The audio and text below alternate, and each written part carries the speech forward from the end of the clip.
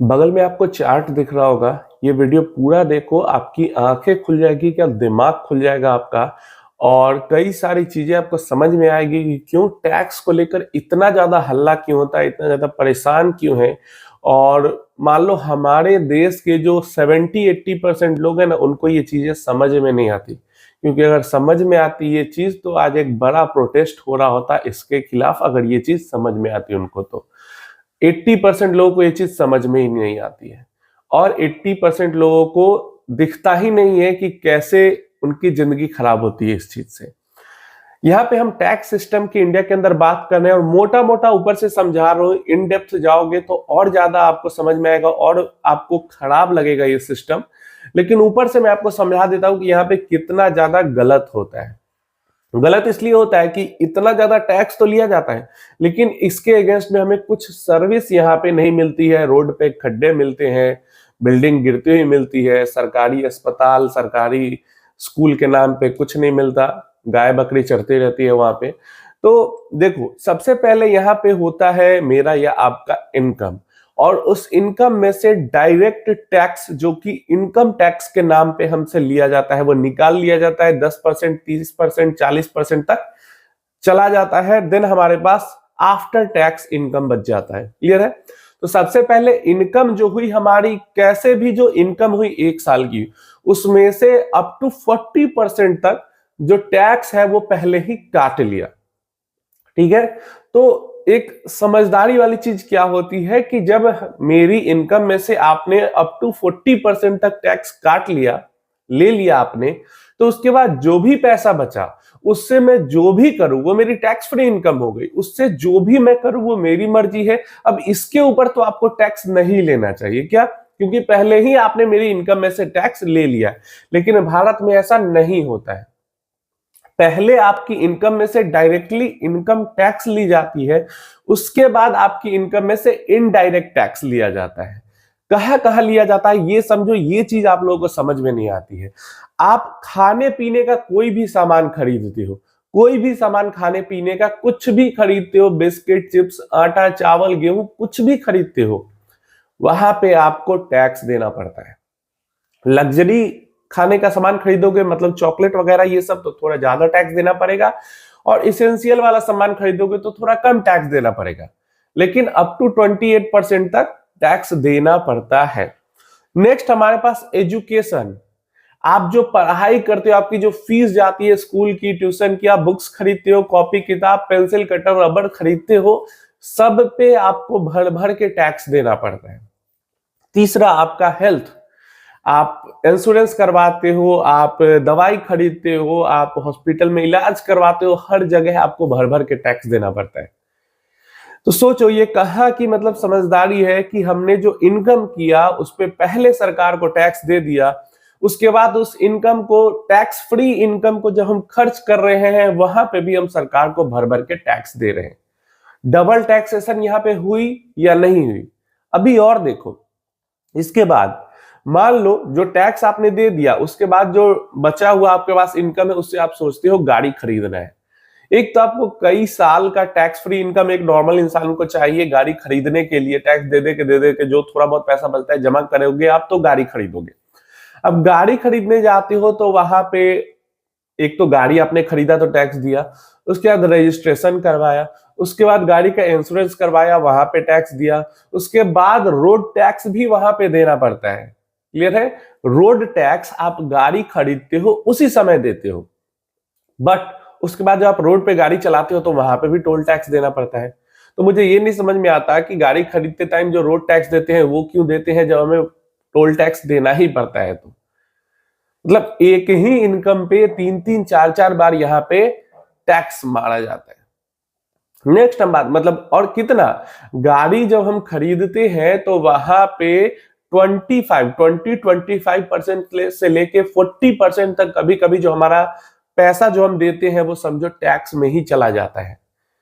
मतलब 50 लाख की आप गाड़ी खरीदते हो तो उसमें 20-25 लाख टैक्स ही देना पड़ता है। 20 लाख की गाड़ी खरीदते हो तो लगभग 8 से 9 लाख रुपए टैक्स में ही जाते हैं। इसके बाद जब हम उस गाड़ी को लेकर रोड पे चलाने निकलते हैं तो फ्यूल को जीएसटी के अंदर नहीं लिया गया है। क्यों? क्योंकि फ्यूल को जीएसटी के अंदर लेंगे तो मैक्सिमम कितना 28% टैक्स जाएगा, लेकिन नहीं, वो नहीं करना है। फ्यूल पे 100% से ज्यादा हम टैक्स ही देते हैं। मान लो अगर 110 रुपए का हम फ्यूल भराते हैं तो उसमें समझो 60 से 70 रुपए हम टैक्स में ही देते हैं। जो फ्यूल का कॉस्ट है वो उससे बहुत कम है।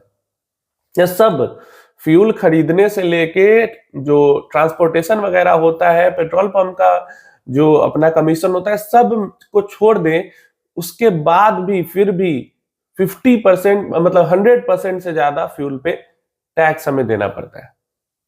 समझ रहे हो कितना ज्यादा डबल ट्रिपल टैक्सेशन यहाँ पे लग रहा है। अब चलो ये खर्चे को हम साइड करते हैं। जो पैसा हमने पहले कमाया था, जो पैसा हमने कमाया उस पर टैक्स दिया और हमारे पास टैक्स फ्री इनकम हुई, उसको हमने कहीं भी खर्च किया तो हमें भर भर के टैक्स देना पड़ा। लेकिन चलो हम कहीं पे खर्च ना करके हमने सोचा कि चलो अपने देश के ग्रोथ में उस पैसे को इन्वेस्ट करते हैं, उस पैसे को म्यूचुअल फंड या इक्विटी मार्केट में या रियल एस्टेट में इन्वेस्ट करते हैं। ठीक है, तो क्योंकि हम देश की ग्रोथ में इन्वेस्ट करते हैं तो हमें इंसेंटिव मिलना चाहिए, कुछ टैक्सेस वगैरह कम लगनी चाहिए। यहाँ पे तो उल्टा और ज्यादा टैक्स लगता है। कैसे लगता है आपको समझाता हूं कि एक तो पहले हमने पैसा कमाया, उस पर टैक्स दिया तो टैक्स फ्री इनकम हुई। अब उस पैसे को जैसे ही हम इन्वेस्ट करने जाएंगे तो वहां पे हमें क्या लगता है, सिक्योरिटीज ट्रांजैक्शन टैक्स। अभी तक हमने इन्वेस्टमेंट किया भी नहीं है, बस हम इन्वेस्ट कर ही रहे हैं, उसी प्रोसेस में हमें एसटीटी लग गया है, प्लस या तो स्टाम्प ड्यूटी लग गया है, और दोनों सरकार के पास ही जाती है। तो इन्वेस्टमेंट में लॉस और प्रॉफिट वो अलग है। इन्वेस्टमेंट हमने किया, उस प्रोसेस में पहले हम सरकार को टैक्स दे दे रहे हैं। अब हमने इन्वेस्टमेंट कर लिया, मान लो स्टॉक्स के अंदर इन्वेस्टमेंट किया है, तो स्टॉक में जो डिविडेंड आएगा उस पे कंपनी ने पहले से टैक्स दिया हुआ है, उसके बाद जो प्रॉफिट बच रहा है उसी से डिविडेंड दे रही कंपनी। लेकिन वो डिविडेंड क्योंकि हमारे पास आई तो हमारा इनकम हुआ, तो उस डिविडेंड पे हमें अलग टैक्स देना है। अगर रियल एस्टेट में इन्वेस्ट किया है, उससे रेंटली आ रही है कुछ इनकम, तो उस पर अलग टैक्स देना है। और कुछ सालों बाद जब हम उसको बेचेंगे तो हमें जो प्रॉफिट होगा उस पे अलग टैक्स देना है। अब एक इनकम पे कितना बार आप टैक्स दे रहे हो काउंट कर लेना। पहले डायरेक्ट टैक्स दिया, उसके बाद कहीं भी खर्च कर रहे हैं उस पे टैक्स दिया, उसके बाद उसको इन्वेस्ट कर रहे हैं, उस इन्वेस्टमेंट के प्रोसेस में टैक्स दिया, इन्वेस्टमेंट से कुछ डिविडेंड मिल रहा है उस पे टैक्स दिया, इन्वेस्टमेंट को हमने बेचा उस पे टैक्स दिया। तो यही रीजन है कि बहुत सारे लोग जो है वो टैक्स को लेके परेशान है। लेकिन एक्चुअल में ये सारी चीजें, ये जो टैक्स का इतना बेकार प्रोसेस है और इसके अलावा भी हमें कुछ सर्विस नहीं मिलती है सरकार की तरफ से, इस चीज को 150 करोड़ लोग में से 10 करोड़ लोग मात्र समझते हैं। और यही एक बड़ा रीजन है कि इसको लेकर कुछ होता नहीं है।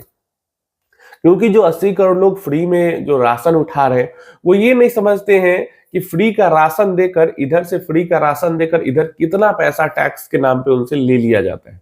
और वो भी क्योंकि इनडायरेक्ट टैक्स है, इसलिए उनको पता ही नहीं चलता कि वो बिस्किट जो खरीदने जा रहे हैं, अगर उस पर टैक्स कम होता तो उसका प्राइस कम होता है। वो जो बिस्किट खरीदने जा रहे हैं, अगर पेट्रोल डीजल का दाम कम होता, टैक्स कम रहता पेट्रोल डीजल पे तो उसका दाम कम होता, तो उस बिस्किट का दाम कम होता। अगर पेट्रोल डीजल का दाम कम होता तो हमारी इकोनॉमी के अंदर में सीधी सीधी महंगाई घट जाती, इन्फ्लेशन कम हो जाता, तो इससे आम लोगों की जिंदगी इतनी ज्यादा सुधरती। ये सब लोग नहीं समझते हैं, और यही रीजन है कि ये जो 10 करोड़ समझने वाले लोग हैं, लोग कहते हैं ना कि इतना टैक्स से लोग परेशान है, वोट नहीं देंगे। कुछ नहीं हो सकता। एक्चुअल में 1-2 करोड़ इनकम टैक्स फाइल करते हैं लोग, वो लोग वोट नहीं, मान लो 10 करोड़ लोग, 150 करोड़ में से 10 करोड़ लोग नहीं वोट देंगे तो उससे क्या हो जाएगा? कुछ नहीं होगा। जो फ्री का राशन 80 करोड़ लोग ले रहे हैं वो तो देंगे वोट, तो कहां 10 करोड़ कहां 80 करोड़। तो यही चीज है, और इसी कारण ये चीजें सॉर्ट आउट नहीं होती है, क्योंकि ये प्रॉब्लम समझने वाले लोग मुट्ठी भर है, और मुट्ठी भर लोग यहाँ पे इतने बड़ी कंट्री के अंदर कोई चेंज नहीं ला सकते हैं। नॉर्मल सी चीज है, क्योंकि कल बजट है तो बहुत सारे लोगों को बहुत उम्मीदें हैं बजट से, लेके मुझे कुछ उम्मीद नहीं है। लेकिन मैंने ये टैक्स सिस्टम आपको इसलिए समझा दिया कि इसमें अगर कुछ बदलाव होता है तो मैं फिर एक ऐसा वीडियो बनाकर बताऊंगा कि कल के बजट में अगर इस टैक्स सिस्टम में कुछ बदलाव होता है तो उसका क्या इफेक्ट हो सकता है।